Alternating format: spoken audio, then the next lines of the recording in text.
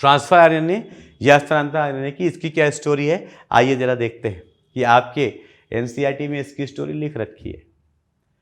आगे पीछे थोड़ा इधर उधर है, मैंने क्या बोला एनसीईआरटी में इसको बहुत बिखेर बिखेर के लिखा है, तो अपन ले आएंगे साथ साथ।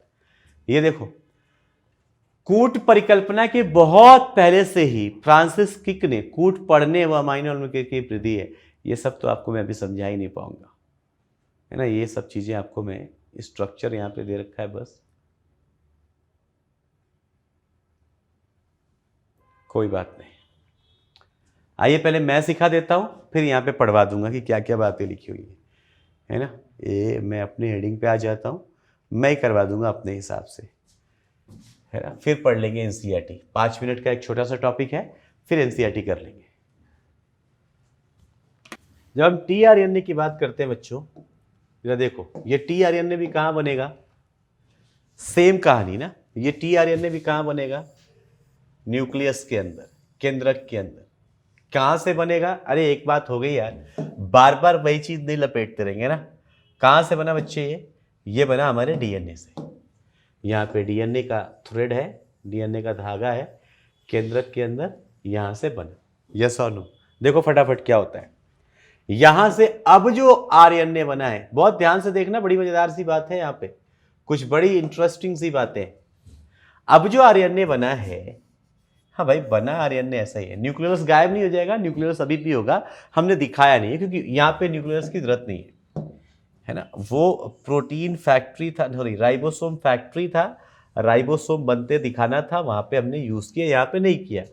ये बनने के बाद जरा ध्यान से देखना, जब हम टीआरएनए की बात करते हैं तो दिस इज स्मॉलेस्ट आरएनए, है ना। ये क्या है, सबसे छोटा, ये सबसे छोटा आरएनए मॉलिक्यूल होता है। आ रहा है समझ में, सबसे छोटा है। और ध्यान से देखो एक और खास बात है, इसे हम सॉल्युबल आरएनए भी बोलते हैं, घुलनशील आरएनए। पता है बच्चे क्या होता है, ध्यान से सुन ले बेटा। ये जो आरएनए है, ये NaCl के एक स्पेसिफिक कंसंट्रेशन पे ना, NaCl डायरेक्टली, बस ये याद कर लो, ये NaCl के एक स्पेसिफिक कंसंट्रेशन पे क्या हो जाता है, सॉल्युबल हो जाता है, घुल जाता है। बहुत मजेदार बात है, ध्यान से सुनो, क्या हो जाता है, घुलनशील है, घुल जाता है।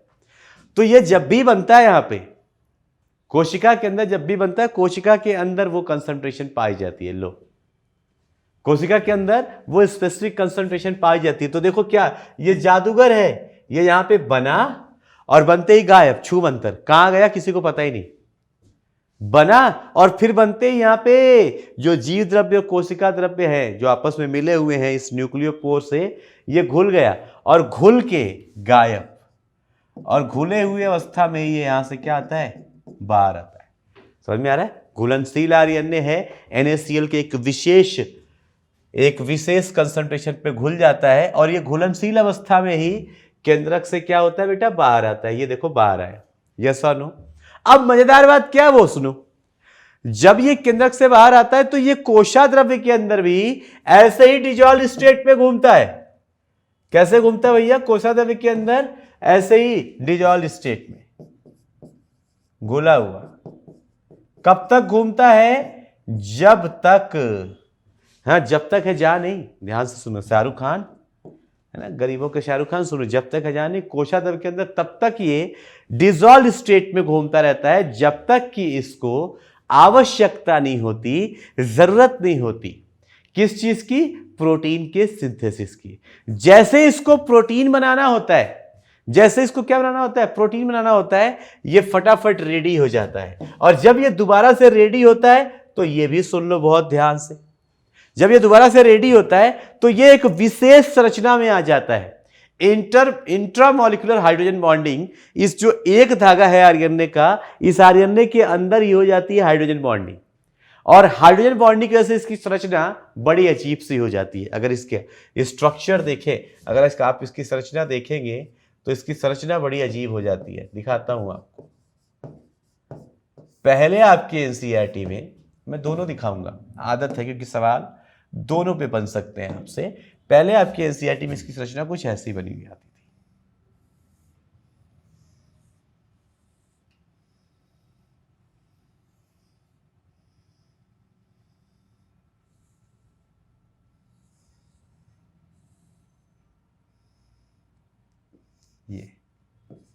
ये 5 डिग्री एंड, ये 3 डिग्री एंड, यहाँ पे एक ऐसा छोटा सा, इसे बोलते हैं बेटा टी लूप।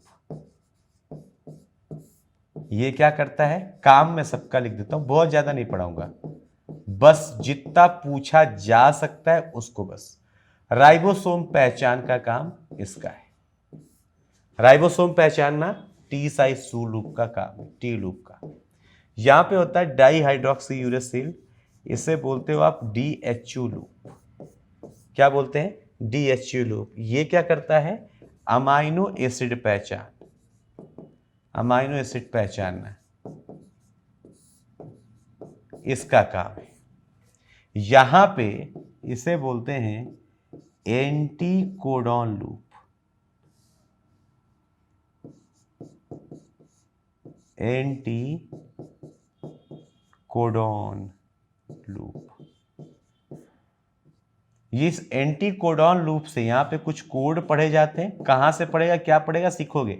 यहां से कुछ कोड पढ़े जाते हैं बेटा, उस कोड का एंटी कोड यहां पे होता है, और जैसा यहां पे कोड होगा वैसा ये 3 डिग्री सेल्सियस पे यहां पे अमाइनो एसिड ले आके जोड़ा जाता है।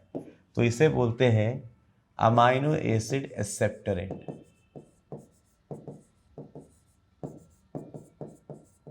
ये क्या होता है, अमाइनो एसिड एक्सेप्टरेंट। क्लियर है, राइबोसोम पहचानना। ये जो पूरा आप संरचना देख रहे हो, ये जो संरचना है ना इसका, ये जो आप इसका संरचना देख रहे हो, ये इसका संरचना कैसा है, 2D स्ट्रक्चर। ये इसका 2D स्ट्रक्चर है जो हॉले ने दिया है। तो आपको अब एनसीईआरटी में से हटा दिया गया है, ये अब एनसीईआरटी में से हटा दिया गया है। बस देख लेना कि यहां पे हुआ क्या। आरएनए एक धागा है, आरएनए के एक धागे के अंदर ही, मतलब आरएनए के अंदर खुद ही क्या हो गया, यहां पे हाइड्रोजन बॉन्डिंग हो गई, और उस हाइड्रोजन बॉन्डिंग की वजह से आरएनए का संरचना कुछ इस तरीके से परिवर्तित हो जाता है, जो 2D ऐसा देखने पे मिलता है, जो हॉलो ने दिया है। इसे हम बोलते हैं क्लॉवर लीफ मॉडल। क्लॉवर एक प्लांट है, क्लॉवर लीफ जैसा दिखना शुरू हो जाता है ना, यहां पे ऐसा। तो ये हो गया बेटा आरएनए का स्ट्रक्चर, जो 2D स्ट्रक्चर है। आपकी एनसीईआरटी में बताते हैं, चेंज करके नए वाले एनसीईआरटी में 3D स्ट्रक्चर दिया है, जिसे बोलते हैं उल्टा एल, इन्वर्टेड एल शेप। क्या दिया बेटा, इन्वर्टेड एल शेप, जिसे दिया है किम ने। इसे किसने दिया है, किम ने। अब ये कुछ इस प्रकार से है, तो एक धागा ही ना, अरे सिंपल सी बात है तो एक धागा ही आरएनए का। अब इस धागे के अंदर ऐसे संरचना है, उल्टा एल जैसी स्ट्रक्चर बन जाता है, ऐसा इन्वर्टेड एल किम साहब ने दिया है। ये 2 स्ट्रक्चर दिए हैं। अब आपको बस करना है क्या, मेरी बात सुन लीजिए। जब भी प्रोटीन सिंथेसिस करेंगे, हम करेंगे, पढ़ना ही हमें, जब भी प्रोटीन सिंथेसिस करेंगे, इसका नाम क्या है, हमने लिखा अस्थानांतरण आरएनए। ये क्या है, ये कोशिका के कोशा द्रव्य में डिसॉल्व स्टेट में घुलनशील है, घुलनशील आरएनए है, घुला हुआ है। जैसे ही न्यूक्लियस का कमांड आता है ट्रांसफर आरएनए, फटाफट ये फला अमाइनो एसिड लेके आओ, प्रोटीन सिंथेसिस करने के लिए जरूरत है। ये ट्रांसफर आरएनए उठ के खड़ा हो जाता है, और खड़ा होके 2D देखते हैं तो ऐसा, और 3D देखते हैं तो ऐसी संरचना बनाता है।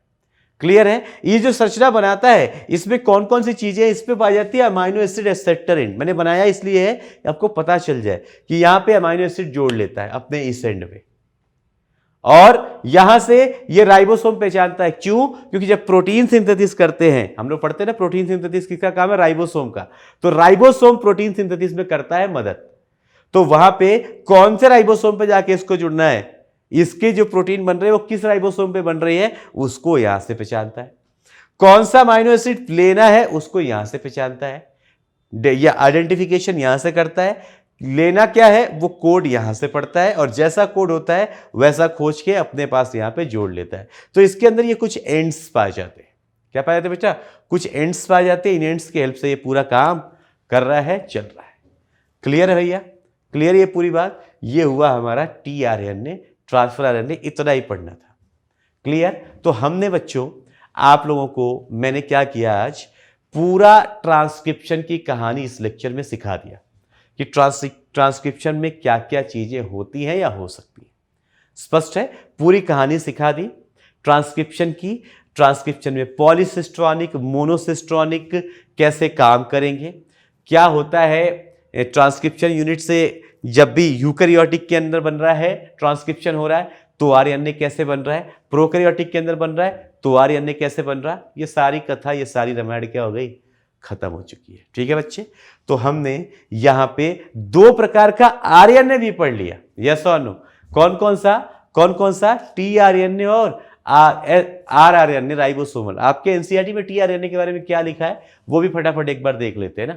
मैंने तो जो पढ़ाना था पढ़ा दिया। यहां पे क्या बोल रहे हैं, अंतरण आरएनए अनुकूलन अणु, अडॉप्टर मॉलिक्यूल की वजह से लिखा है। अडॉप्टर मॉलिक्यूल मतलब जो अडॉप्टर का काम करता है, किसी दूसरे मॉलिक्यूल को पकड़ के लेके आता है।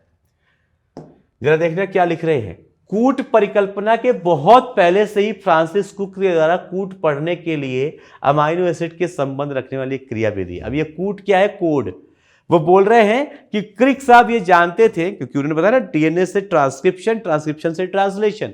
क्रिक साहब ये जानते थे कि यहां पे जो कोड है, प्रोटीन को कोड किया जा रहा है, वहां पे कुछ ना कुछ ऐसा है जो यहां पे क्या कर रहा है, कोड कर रहा है, पढ़ा वहां से वो लिया जा रहा है। और वही उसी परिकल्पना पे वो बात कर रहा है, क्योंकि अमीनो अम्ल में कोई संरचनात्मक विशिष्टता नहीं होती। वो बोल रहा है क्योंकि अमाइनो एसिड में कोई ऐसा स्पेशलिटी नहीं है जिससे पहचाना जा सके। इसका मतलब है कि वहां पे कोई ना कोई एक ऐसा मॉलिक्यूल है, एक अणु है जो पहचान रहा है उसको। अब तो हम जान गए ना कौन पहचानता है, इसलिए बताया कि देखो ये है अमाइनो एसिड को पहचानने वाला, ये है राइबोसोम को पहचानने वाला, ये है एंटीकोडॉन लूप, और यहां पे आके जुड़ेगा, इसलिए सिखाया।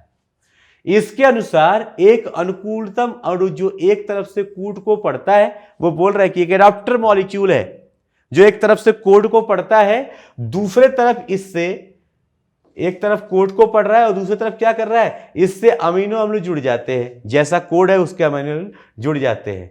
अंतरण आरएनए जिसे विलेय आरएनए कहते हैं, अरे एनसीईआरटी में भी लिख रखा है सॉल्युबल आरएनए, विलेय आरएनए कहते हैं, के बारे में जानकारी आनुवंशिक कूट के पहले से ही थी। जेनेटिक कोड के पहले से ही लोग फिर भी इसके बारे में जानते थे, फिर भी इसकी भूमिका के बारे में जानकारी बहुत बाद में मिली। मतलब लोग जानते थे ट्रांसफर आरएनए को, लेकिन ये ट्रांसफर आरएनए कर क्या रहा है, कैसे रहा है, ये बहुत बाद में जान पाए। अंतरण आरएनए में एक प्रतिकूट एंटीकोडॉन लूप होता है, बताया मैंने भैया।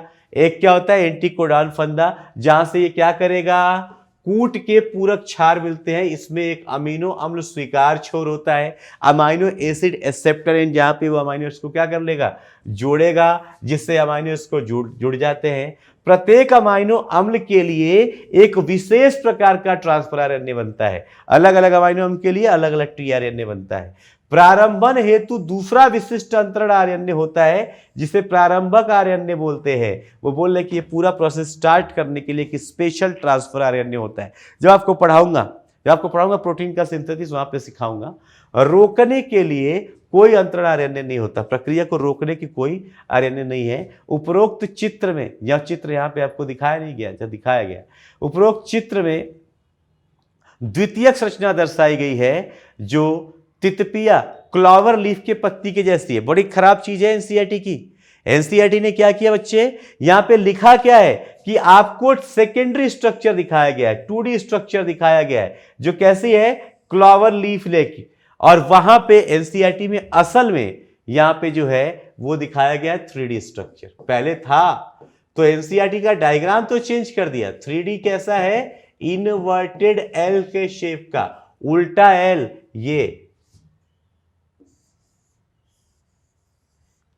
ये सीधा हो जाता है, ये बोल रहे ऐसा है, इन्वर्टेड एल शेप का। समझ में आ रहा है? एनसीईआरटी ने यहां पे तो चेंज किया, डायग्राम चेंज करके 3D कर दिया, लाइन चेंज नहीं किया उसने बोला द्वितीयक संरचना क्लावर लीफ है, वास्तविक संरचना के अनुसार अंतरण सघन अणु है जो उल्टे एल के जैसे। अब बोल रहा है कि 3D अगर हम देखते हैं तो ये कैसा दिखता है, उल्टे एल के जैसा दिखाई देता है, जो यहां बना हुआ है।